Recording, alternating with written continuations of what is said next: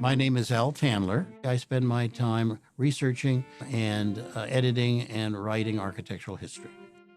When I came here, I found this extraordinary topography. This is a beautiful city. And in the 24 years I've been here, it's gotten better in many ways.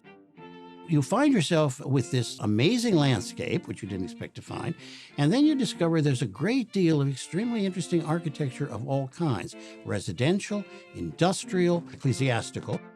This city has 18th century roots. The first professional architects around the time of the Civil War were trained in Germany.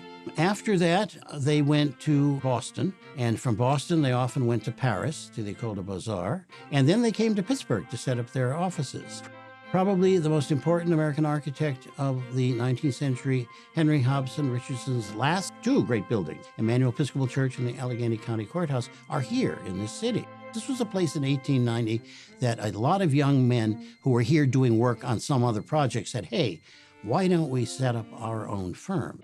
There's some very impressive folks here.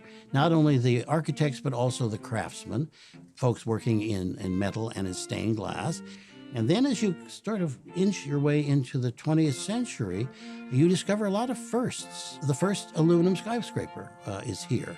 The use of steel and glass and aluminum and other materials. There's just a lot of very, extraordinary stuff. Or there are things that are still here that aren't anywhere else.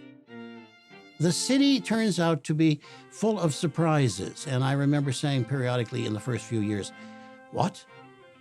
Is there anything else I should know? So you look at a watercolor of the Point in 1818, and you then look at pictures of what the city looked like in 1940, and something has happened that's drastic.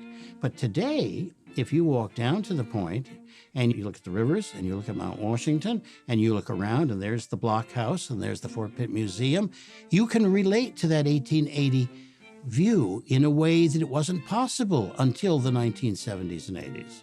So there's a sense in which a lot of what was there and what kinds of things were there have been recaptured. And you only know that if you study the past.